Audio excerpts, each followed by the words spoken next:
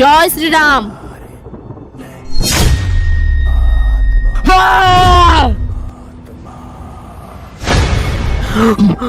ও এই ব্যাপার। আরে ছাগলটার তো পা কেটে গেছে, কি করি? হ্যাঁ, এটা দিয়ে বরং বেঁধে দিই। চিন্তা করো না, খুব তাড়াতাড়ি ভালো হয়ে যাবে। এইবার তোকে ছাড়বো না। বন্ধু, তুমি যদি শয়তানকে ভালোবেসে থাকো তাহলে লাইক সাবস্ক্রাইব কিছু করার দরকার নাই। আর যদি মা বাবাকে ভালোবেসে থাকো তাহলে লাইক সাবস্ক্রাইব করে যাবে অবশ্যই।